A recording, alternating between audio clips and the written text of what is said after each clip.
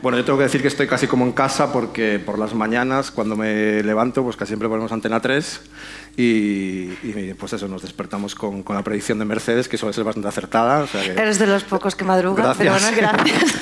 Gracias, Mercedes, y bueno, muchas gracias por acompañarnos hoy aquí en este Climate and Water Summit. La verdad es que para nosotros pues, es muy importante atraer a gente de fuera del sector para, bueno, a veces estamos un poquito en una cierta burbuja hablando de lo mismo y tal, y bueno, pues poder charlar con gente como tú pues nos amplía los horizontes y nos trae nuevas visiones, yo creo, muy enriquecedoras. Bueno, si te parece, me gustaría comenzar pues, con tu día a día. La verdad es que, bueno, pues, como decía al principio, eres una figura, tú y tus compañeros, muy cercana para nosotros. A veces parece que casi es parte de la familia, pero detrás de esos 5 minutos diarios de cámara, pues estoy seguro de que hay muchísimo trabajo. Y bueno, yo creo que a todo el mundo le gustará pues, conocer cómo se desarrolla una jornada de una meteoróloga como tú, que trabaja en uno de los telediarios más importantes de este país. Y de los que más madruga, en principio. Bueno, en primer lugar, sí quiero aprovechar para dar las gracias. Me encanta ver una sala llena, ¿no?, para hablar sobre cambio climático y sobre todo el tema de gestión del agua.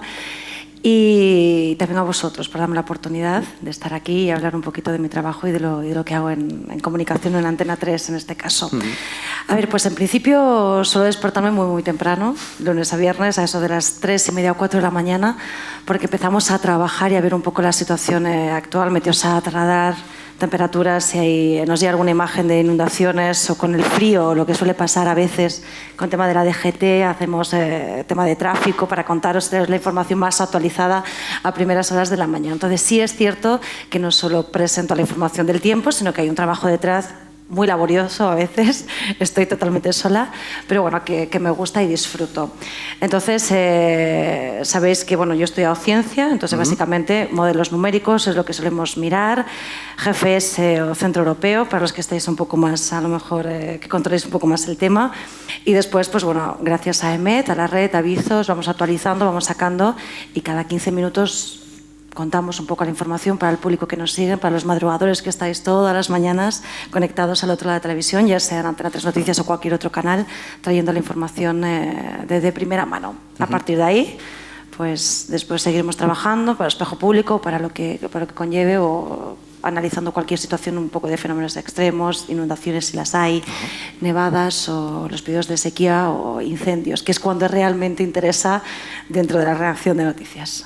Sobre lo que has comentado, me interesa conocer con un poquito más de detalle cuáles son vuestras principales fuentes de información. Mencionabas a EMET, que es a nivel nacional, entiendo, una de las más importantes, pero ¿de dónde, de qué tipo de satélites, de modelos predictivos usáis más?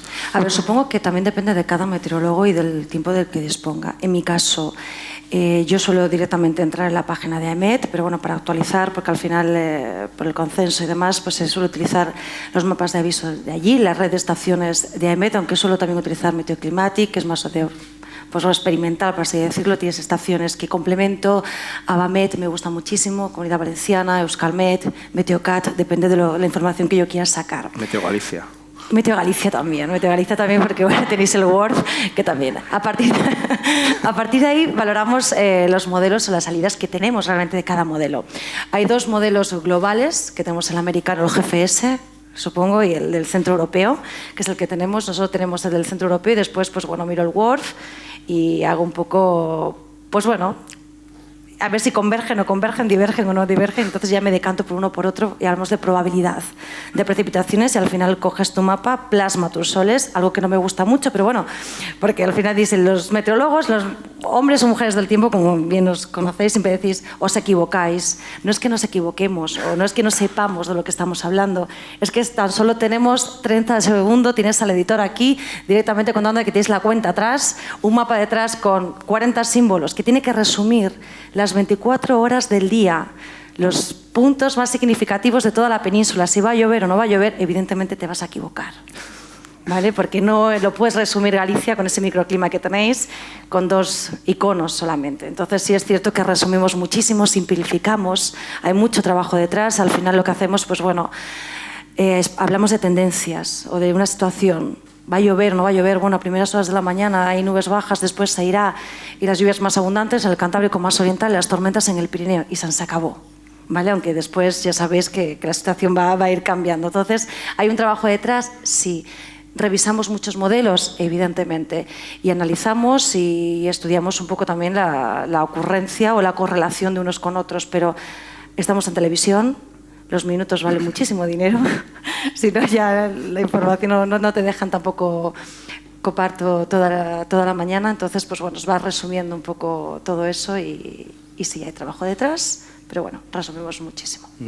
Una de las cosas que comentabas, bueno, documentándome un poquito para la entrevista, bueno, veía pues un diálogo con Mónica López, con además creo que tuviste la oportunidad de trabajar, y me sorprendía que la mayoría de información que tú presentas la elaboras tú. Sí. O sea, que no, a veces, no sé si, bueno, uno ya va teniendo sus años y la imagen que teníamos del hombre del tiempo, la mujer del tiempo y tal, es que salía a contar, a lo mejor, pues una información que venía de otros sitios que... Bueno, todos conocemos, o es bien sonado, Maldonado. Maldonado también lo presentaba y también generaba esos partes meteorológicos. Lo que pasa es que, bueno, ha llovido mucho desde entonces.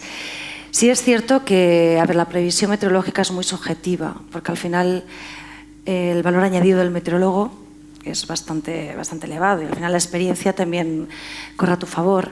Entonces, bueno, vas mirando alguna que otra web, vas mirando algún que otro mapa, vas viendo qué te dice EMET, qué te va contando según qué modelos y al final, pues bueno, conoces mucho la geografía, porque yo siempre recuerdo a mi abuelo que miraba al cielo. Yo soy de un pueblo, yo soy de la campiña sevillana, soy de Écija, y mi abuelo miraba al cielo y sabía perfectamente si iba a llover o no iba a llover en cuestión de horas.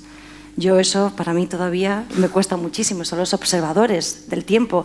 AEMET tiene un departamento de observación meteorológica que son realmente los que calibran y verifican que esos modelos están acertando o no.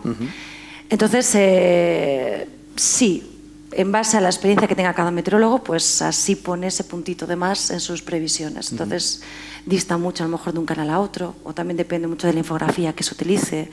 Si hacemos del tiempo es fundamental, no es lo mismo dar la previsión en 2 minutos que darla en 20. No es lo mismo si dispones de las herramientas que tengas. Si al final das la previsión para un territorio, para la comunidad gallega, y tienes 5 o 6 minutos o tienes que presentar una información más generalista. Entonces, pues bueno, todo se enfoca en base a eso, básicamente. Bueno, todos sabemos que la predicción del tiempo, bueno, digamos, la probabilidad de acierto ha mejorado mucho en las últimas décadas. Yo quería preguntarte cuál es el mayor reto, la escala geográfica o la escala temporal. Es decir, tú cuando sales por la mañana y dices es más probable que te equivoques porque a lo largo del día pasan cosas muy distintas o porque la escala geográfica sobre la que tienes que hablar es muy grande. La escala espacio-temporal va relacionada. Entonces no podemos hablar, ¿vale? Depende un poco del modelo y de lo que queramos profundizar en el tema. Entonces lo que sí es cierto que, bueno, depende si estamos en una situación algo más estable o inestable, o si viene un frente, que a veces son frentes muy activos, que vienen desde Galicia, sabemos perfectamente que va a recorrer y, bueno, la situación es bastante obvia de lo que va a pasar. Las tormentas nos cuestan más porque son fenómenos mesoescalares.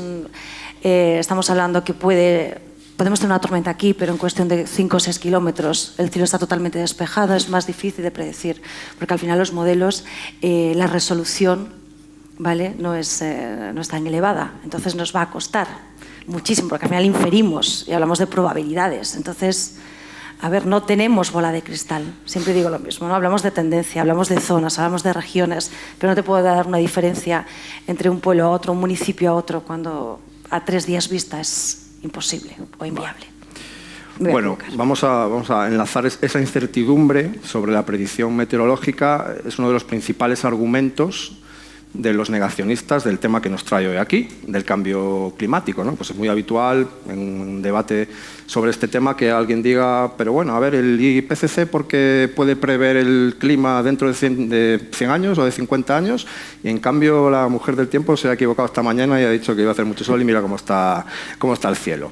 Desde tu punto de vista, que supongo que te habrán hecho esta pregunta bueno, más de una vez, más o menos. ¿Cómo casa en el discurso, digamos, que hay que hacer llegar a la sociedad sobre el problema del cambio climático? ¿Cómo casa, digamos, pues los problemas o las incertidumbres que hay evidentemente en el día a día a la hora de predecir el clima con esas políticas que hay que hacer a largo plazo y haciendo unas políticas, como decía, de adaptación a un fenómeno que está, digamos, ya encima de la mesa. En primer lugar, no es lo mismo tiempo que clima. Bien. ¿Vale? O sea, el clima podríamos decir que es un promedio en un punto concreto a lo largo del tiempo, tanto de las, por ejemplo, de variables meteorológicas en cuestión, pero vamos a hablar, por ejemplo, de la temperatura o de las precipitaciones. Y si hablamos de tiempo, es en un fenómeno, o sea, es un sitio concreto en un momento determinado concreto. Entonces, el tiempo, normalmente la previsión se hace con modelos numéricos, ¿vale? Con algoritmos matemáticos, con parametrizaciones físicas, diferente a una situación de contorno, que son los modelos climáticos, que son a largo plazo, y tenemos varios modelos climáticos. Cada país tiene uno diferente, de acuerdo con unas situaciones de contornos previamente establecidas, y después se hacen diferentes simulaciones a lo largo del tiempo para hacer las previsiones, por así decirlo, con su rango de incertidumbre, ¿vale? De cada modelo, y cada modelo climático tiene una sensibilidad totalmente diferente. Entonces hablamos de dos cosas diferentes. Una cosa es predecir el clima y una cosa es predecir el tiempo, ¿vale? Si queremos predecir el tiempo y hablar de fenómenos extremos ahora mismo, en este momento, desde hoy a 3 o 5 días máximo, y nos vamos a equivocar. Depende de un poco de la previsión más detallada local que queramos saber. Si lo queremos para un pueblo concreto en el Valle del Guadalquivir, pues te lo puedo decir hoy, pero mañana me voy a equivocar y a lo mejor está en torno al 60 o 70% de aciertos, ¿vale? Si hablamos de modelos climáticos, hablamos de situaciones a gran escala, a una escala global, y puedes hablar de tendencias. Hablamos que los escenarios que utilizamos para el tema del cambio climático y el rango de incertidumbres, a mayor horizonte predictivo, mayor es el error.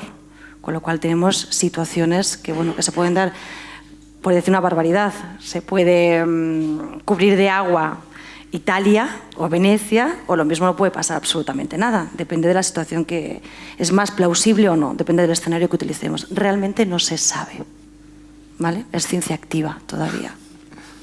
Pero bueno, eso también nos gusta para seguir trabajando. Bueno, en la entrevista que te hemos hecho para la revista y hablando contigo, pues no nos quedan dudas de que tú crees que se está produciendo un cambio climático. Por supuesto. Bien. Y yo creo que la gran mayoría de todos nosotros lo estamos sufriendo y lo sabemos, podemos asumir. Creo que son pocos los negacionistas. Bien. Para ti, ¿cuáles son las principales evidencias de que ese cambio climático se está produciendo a día de hoy? Las principales evidencias. Vuelvo a lo mismo. No podemos atribuir, por ejemplo, creo que todos recordamos la bestia del este que veníamos hablando, ¿no? Esa ola de frío polar que llegaba, siberiano, y que decíamos que, bueno, que ha congelado a media Europa y que nos ha dejado nevadas a mitad de febrero, ¿no? O principios de marzo en zonas del norte de la Comunidad Valenciana y de tal, que eso se atribuye al cambio climático. No podemos atribuir al cambio climático un fenómeno concreto en un sitio puntual de España. Sí podemos decir que puede favorecer la ocurrencia de fenómenos extremos. Entonces, ahí sí podemos decir que eso se debe al cambio climático. ¿Qué es lo que realmente está pasando? ¿O qué es lo que realmente nos preocupa? Y sobre todo aquí en España. Los episodios de ola de calor y de frío. Ese cambio abrupto de tiempo en tan solo semanas, por ejemplo. El que llueve de manera torrencial. El que tengamos, por ejemplo, esa virulencia con temas de tornados o huracanes que hemos tenido. Entonces no podemos decir que el cambio climático ha generado tal huracán, pero sí podemos decir que ha favorecido la generación de diversos huracanes por el calentamiento del agua entre 2 y 3 grados estos últimos meses, por ejemplo. ¿Vale? Entonces, sabemos, y es consciente porque se puede medir, que la temperatura del mar ha subido. Sabemos que la capacidad calorífica que tiene el mar es muchísimo más que el aire, con lo cual sería el motor energético que genera esas grandes tormentas y lo que nos hace esos cambios o desequilibrios del balance energético, ¿no? Radiativo, que nos hace que tengamos frío en Estados Unidos y calor aquí, o que los trenes de borrasca pasan de manera significativa semanas tras semana y nos dejen esas inundaciones tan llamativas, pero que también al final salga el sol y tengamos periodos de bloqueo anticiclónico durante meses y no llueva. Eso es lo que realmente nos preocupa, el cambio radical de tiempo en cortos periodos de tiempo y sobre todo que sean anormalmente para la época. Bueno, en el sector del agua pues hemos vivido muy de cerca el último año especialmente, pero ya es una situación que viene desde, yo creo, desde 2014, pues una sequía meteorológica que se ha traducido en los últimos meses en sequía hidrológica, es decir, ha habido No hemos llegado a tener restricciones, pero sí que es verdad que los embalses pues, han llegado a niveles muy bajos y bueno, pues ha habido una cierta alerta, ¿no? Ahora es verdad que este último mes pues, hemos recuperado una gran cantidad de agua.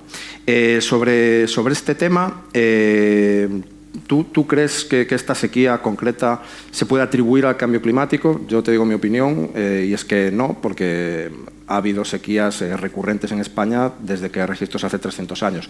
Pero, por ejemplo, a nosotros nos han llamado muchos medios de comunicación y han presentado este tema como una sequía asociada al cambio climático. ¿Cuál es tu opinión?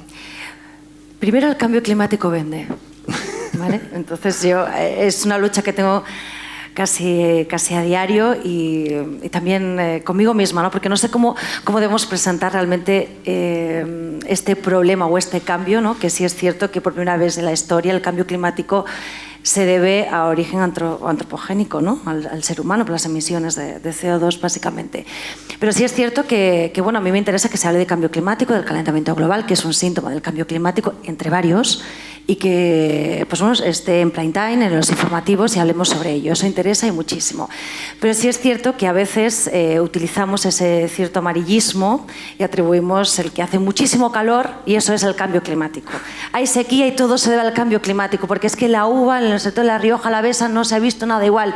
Y eso no es así, porque si miramos registro de décadas podemos ver una ocurrencia incluso decadal, o cada 2 o 3 años debido a la oscilación del Atlántico Norte. Hablamos un poco de, pues bueno, el fenómeno del niño, la niña en el Pacífico tiene mucho que ver también con la modulación del clima a nivel europeo y sobre todo a España. Entonces podemos argumentar de otra manera también, que se agrave un poco más la situación, que tengamos heladas en épocas donde no era lo normal, que la maduración de la uva también haya cortado los periodos, que al final el tema de las plagas que tanto preocupa al sector vitivinícola también se ha visto, pues bueno, que se ha perjudicado muchísimo más en los últimos 2 o 3 meses. Pues bueno, sí podemos atribuir o sí podemos estar más en alerta, pero decir que un fenómeno se debe a otro hoy por hoy no podemos atribuir eso.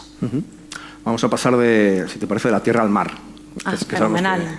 Que te gusta mucho. En la entrevista lo comentas, ¿no? Que es una apasionada de los océanos y que además pues, un poco tiene que ver con tu profesión actual, que cuando eras pequeña pues, pensabas en dedicarte a algo relacionado con el mar. Los océanos son una, digamos, pues, de los que más están sufriendo con esta situación, no solo del cambio climático, sino pues toda la contaminación que se genera en tierra está teniendo un gran impacto. ¿Cuáles crees que son hoy por hoy los principales problemas que se enfrentan en la biodiversidad oceánica? Bueno, yo en principio diría que los océanos son el gran vertedero, cada vez más cálido y más ácido de los últimos tiempos. Entonces sí es cierto que todo el mundo pensamos que el Amazonas es el gran pulmón de la Tierra, pero más del 60% del oxígeno que respiramos proviene de los océanos. Las 3/4 partes de la Tierra es agua. Entonces son los grandes desconocidos, son los grandes sumideros de las emisiones de dióxido, de CO2 y dióxido de nitrógeno, fosfatos, ¿no? Y de todo lo demás. Y sobre todo, cada vez se está acidificando cada vez más, se están calentando. Al final ya no hablamos de los cambios de corrientes oceánicas intermedias o altas, sino hablamos de los ecosistemas, de especies invasoras que cada vez llegan más. Cambiamos también, ya no es el tema de los microplásticos, es otro de los grandes problemas, sobre todo en el Mediterráneo últimamente. Hablamos sobre pesca ilegal, la polución. Yo creo que son los grandes problemas que tenemos con los océanos, además del calentamiento. Bueno, yo creo que hemos hecho un repaso importante por varias de las áreas que están sufriendo efectos ya del cambio climático, en la tierra, en el mar. ¿Tú cómo valoras el Acuerdo de París? Al que se llegó hace algo más de un año, ese acuerdo de no incrementar la temperatura a más de 2 grados centígrados, ¿crees que es suficiente a medio y largo plazo para adaptarnos a esta evidencia científica? Fue un valor que pusieron los científicos y los expertos en aquel momento, porque se supone que era grave para los ecosistemas, que se iba a alterar, pero que era un calentamiento asumible para aquella época.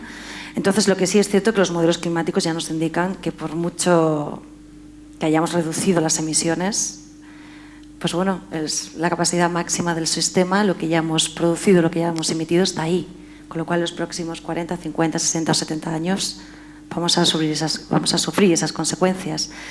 Entonces, todo lo que podamos reducir ese calentamiento de la temperatura pues sea un beneficio propio para nosotros. Pero sí es cierto que bueno, es el valor que ellos vieron, los expertos en su día, como el límite que podía soportar el sistema para que se autorregulase. Bueno, vamos a cambiar un poquito de tema. Antes hablábamos de alguna cuestión de la relación entre el sector del agua, que como sabes, pues la mayoría de nuestro público es al que pertenece, y los medios de comunicación. Bueno, digamos, el consenso del sector cree que estamos un poco maltratados en los medios. La ciencia está maltratada en los medios en general y sobre todo en televisión. Y el motivo es que el sector del agua suele salir por cuestiones negativas. O sea, cuando hay sequía, cuando hay inundaciones, cuando hay cortes de agua, cuando se rompe una tubería o cuando hay una polémica política muy fuerte, que si trasvases o desaladoras y tal. Y la realidad es que el sector del agua hace un trabajo muy importante para que 45 millones de españoles tengan agua todos los días en sus casas, 80 millones de turistas que vienen aquí a una de las zonas más secas del mundo, pues no sufran ningún tipo de problema con el agua, y eso quizás la población pues no lo conoce, no lo valora, porque no se le explica suficientemente bien. Yo tengo dos preguntas. Una, desde tu, digamos, trabajo en el ámbito de la meteorología, ¿crees que se da poca información, por ejemplo, sobre el estado de los embalses, sobre cuestiones más ligadas al ciclo integral del agua? Esa es una pregunta. Y dos, ¿qué le recomendarías al sector para que el mensaje, digamos, del trabajo, de lo que hay detrás de que se abra el grifo, llegue con más claridad a la población y se valore en mayor medida? Vale, vamos a ir por partes. Si me pasa algo, me dices. En primer lugar, yo trabajo, voy a hablar en base a mi experiencia. Yo no tengo un espacio del tiempo de 20, 30 o 40 minutos donde yo pueda hablar y extenderme sobre los embalses, o hablamos del cambio climático, hablamos de la gestión del agua, hablamos de cualquier otra biodiversidad de ecosistemas o cómo afecta el mejillón cebra, ¿no? No podemos hacer eso. Entonces, yo trabajo en informativo. Entonces, es lo que realmente es noticiable en aquel día. Entonces, depende un poco de la parrilla informativa que tengamos y de tu habilidad para convencer al editor de turno y decir que realmente esto interesa y mucho ahora mismo. Entonces, yo creo que en general, si me preguntas, ¿está concienciada la gente en base al cambio climático o a la gestión del agua y tal? Sí, siempre y cuando afecte a su bienestar, a su bolsillo, a las facturas. Es cuando realmente a mí me interesa saber qué es lo que está pasando. Si los embalses van bien, pues a la gente como que cambia de canal y se ve la curva directamente. Entonces, muy a mi pesar. Entonces, bueno, sí es cierto que para mí lo ideal es informar con rigor, honestidad, transparencia y nada de fake news y nada de alarmismo. Hay que hablar de lo que está pasando, hay que contarlo bien y hay que explicar para que bueno, la sociedad en sí, en base también sobre todo al clima o al tiempo que estamos hablando que no están exentas de incertidumbres, pues tengan motivación suficiente para tomar decisiones, ya no solo en su vida cotidiana, sino también con tema de leyes, legislación, y sepan por dónde va la historia.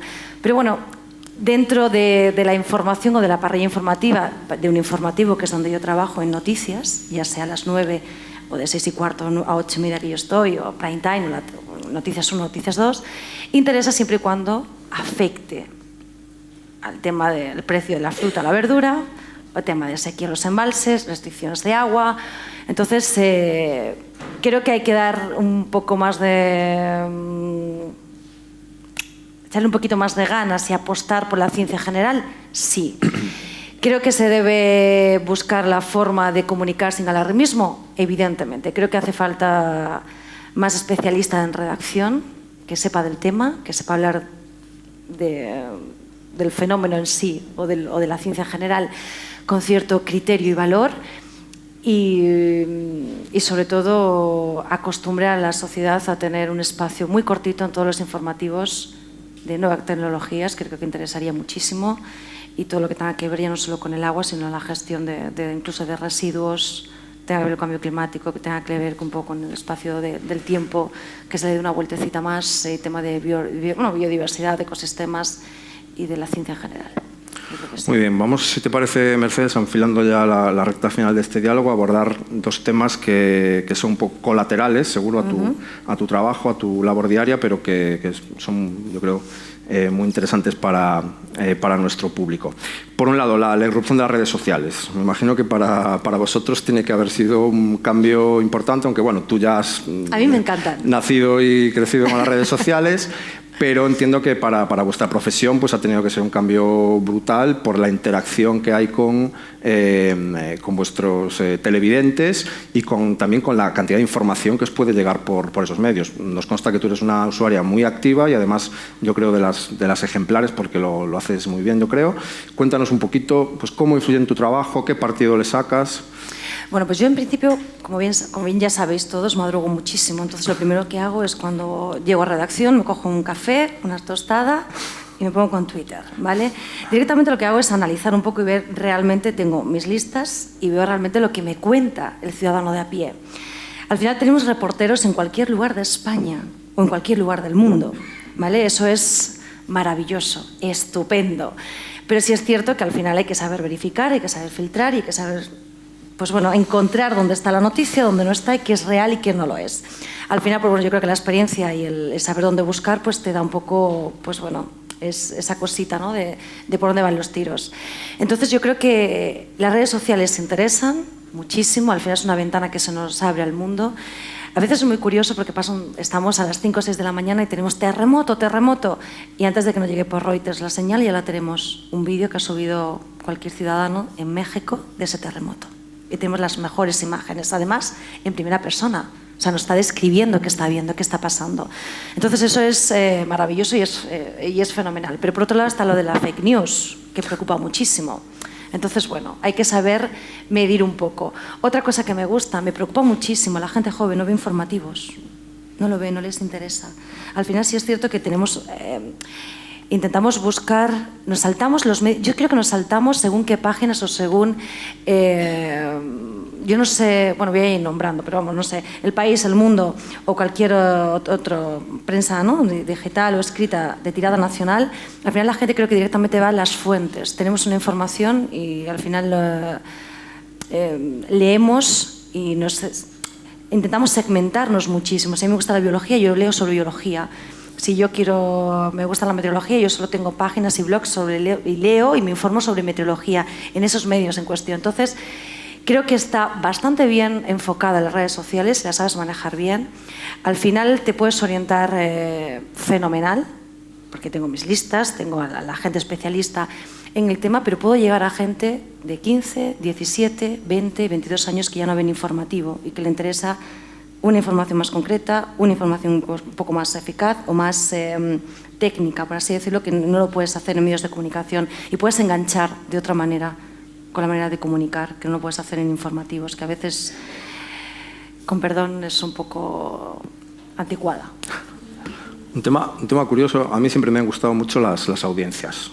Desde hace mucho tiempo pues, me gusta ver tele o una de estas, ¿sabes? Y quién tiene más audiencia y tal. Yo cuando llegue mañana a la tele ya verás lo que me va a decir. A ti no te hace falta.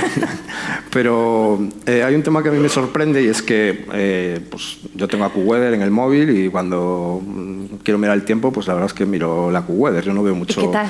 Menos por la mañana. ¿Y qué tal con AccuWeather? Pues depende. Cuando es la localización, digamos, donde estás y las 2 horas siguientes, en general... Medio bien. ¿Sabes? Para saber si... ¿Y a 3 días vistas? Si puedes salir... No, 3 días ni coño. Pero bueno, ayuda, ¿sabes? Vale. Entonces, mi pregunta es... La información meteorológica es muy accesible ahora a mucha gente de forma inmediata y a través de tu smartphone. Y en cambio, los espacios del tiempo, esos 5 o 10 minutos que tenéis vosotros, que tiene Televisión Española, etcétera, son los que más audiencia tienen. Sí. Y esto, digamos, no ha decrecido en los últimos 10 años cuando se han popularizado todas esas herramientas que antes no existían. Yo creo que ¿Cómo crees que...? Bueno, yo creo primero porque más del 70 o 80% de la población española o de la población que ve informativos tiene más de 30 años, para empezar, o de 30 y tantos años, con lo cual manejan cualquier otra aplicación, pero bueno. La brecha digital. Sí. En el tiempo también. Exacto. Después, bueno, yo creo que tengo pico en mi pueblo, por lo menos en Andalucía, también que están todos ahí viendo el tiempo. Y yo creo que el espacio del tiempo en general es, lo vemos por romanticismo. Bueno, son 2 minutos, tú lo ves, lo tal, pero creo que es... Cada vez nos equivocamos menos o cada vez intentamos acertar más con la previsión, si es cierto. También, bueno, las herramientas han mejorado. Pero claro, no tenemos esa información que realmente queremos saber o realmente buscamos, porque tú no das pues lo hemos dicho, en tu localidad o en tu zona, tú te explicas un poco la situación y tal. Entonces, es información de servicio, es metodología operacional que hablamos por la mañana. O sea, te estamos diciendo ahora mismo dónde está lloviendo, qué temperatura hace antes de salir de casa, o el estado de las carreteras. Entonces, si no interesa la información del tiempo, ya es para preocuparnos, porque nos afecta a todos. ¿Qué nos vamos a poner? ¿Qué vamos a hacer? ¿No? La montaña, la nieve, el verano, la playa. Muy bien, Mercedes. Pues me gustaría acabar con un tema que este mes de marzo pues, ha estado sobre la mesa en todos los debates, en todos los ámbitos. Tú desarrollas tu labor como meteoróloga en un ámbito que, como te decía yo de pequeño, recuerdo que había solo hombres del tiempo. Y en la actualidad pues las mujeres habéis logrado pues, copar una serie de puestos muy relevantes. Pues ahora la verdad no sabría decir si hay más hombres, más mujeres. Yo creo que ya es un debate... Creo que somos más mujeres. Pues es un debate yo creo que en ese ámbito afortunadamente superado. Pero hay sectores en los que evidentemente pues, hay problemas graves de desigualdad, de brechas salariales, de problemas de conciliación, etcétera. Y este mes, pues el día 8, pues hubo un movimiento muy fuerte, al que nos consta que te sumaste desde tu posición. En nuestro sector, bueno, yo creo que es un problema del que no se ha hablado suficiente a lo largo de mucho tiempo, pero últimamente sí se está hablando. Y aquí pues quiero hablar un poquito de nuestro libro. En IAGUA estamos haciendo un ciclo que está liderando nuestra responsable de contenidos, Águeda García de Durango, sobre mujeres y agua, y por el cual han pasado pues ya afortunadamente muchas mujeres que lo único que han hecho pues, es explicar su día a día y bueno, hacer propuestas para mejorar, para avanzar, para recortar y hacer desaparecer esa brecha de género. En base a tu experiencia profesional, como decía, en un sector, en un ámbito en el que yo creo que afortunadamente pues están bastante superado este problema, digamos, ¿qué consejos, entre comillas, o qué medidas crees que son necesarias a nivel profesional, sobre todo, para que bueno, lleguemos a una situación de igualdad en la que no tengamos que tener este debate sobre la mesa? ¿Por nuestra parte o por los directivos? Por todas. Más, bueno, no sé si los directivos, pero entiendo que por vuestra parte, pues, digamos, la disponibilidad a solucionarlo está más que clara. Entonces, yo tampoco diría a los directivos, sino a la sociedad en general. Pues los políticos yo creo que tienen una parte importante, evidentemente los empresarios tenemos una parte muy importante. De contratación me refería. Yo creo que es la sociedad, ¿no?, la que tiene que avanzar en ese sentido, y yo creo que, por ejemplo, vuestro ámbito, pues afortunadamente ha habido un cambio en las últimas décadas en el cual pues, ha desaparecido esa... No hablamos de hombre del tiempo, no sé qué, o sea, sí, hay una Yo creo igualdad. Que a nivel global hemos mejorado muchísimo. Y el papel de la mujer, pues más o menos lo podemos encontrar a cualquier nivel, más o menos. Evidentemente nos gustaría más. En mi medio, por ejemplo, en A3 Media o en Antena 3 Noticias, nosotras, que lo hemos venido hablando semanas atrás, no vemos o no notamos ese cambio, esa desigualdad. Lo que sí es cierto, y es algo que no me gusta, pero desde aquí se ven mujeres en televisión, pero mujeres jóvenes, no veo mujeres mayores en televisión, por ejemplo. El tema de la imagen es fundamental, al igual que vemos señores más mayores dando informativos, ¿no? o la imagen más varonil y que da esa credibilidad y demás. En informativo cuesta más, en las chicas del tiempo más todavía, somos todas, la gran mayoría jóvenes, ¿no?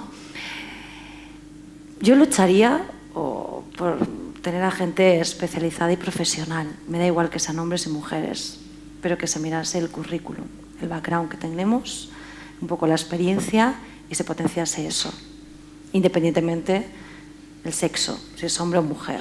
Yo creo que por ahí tendríamos que tirar, y yo creo que en temas de comunicación, o en mi empresa por lo menos, no hemos encontrado ningún tipo de desigualdad. Fenomenal, Mercedes. Pues bueno, nos quedamos con ese mensaje y sobre todo, bueno, pues te agradecemos, como decía, que hayas estado aquí y te agradecemos tu profesionalidad en el día a día, que yo creo que es un ejemplo de cómo llevar la ciencia al prime time. Bueno, ojalá estuviese en prime time. Todavía no estoy en prime time. Bueno, si no es ahora, seguro que pronto ojalá, aquí hacemos un llamamiento. Seguro que pronto te vemos en el Teledero de la Noche o en uno de esos. Todavía no. Así que lo dicho, Mercedes, mil gracias. A vosotros. Y que esperamos que, como te decía, pues bueno, esa carrera que ha empezado tan fuerte, pues no tenga más que éxitos en el futuro. A vosotros. Gracias. Y nada, a vosotros. Muchísimas gracias.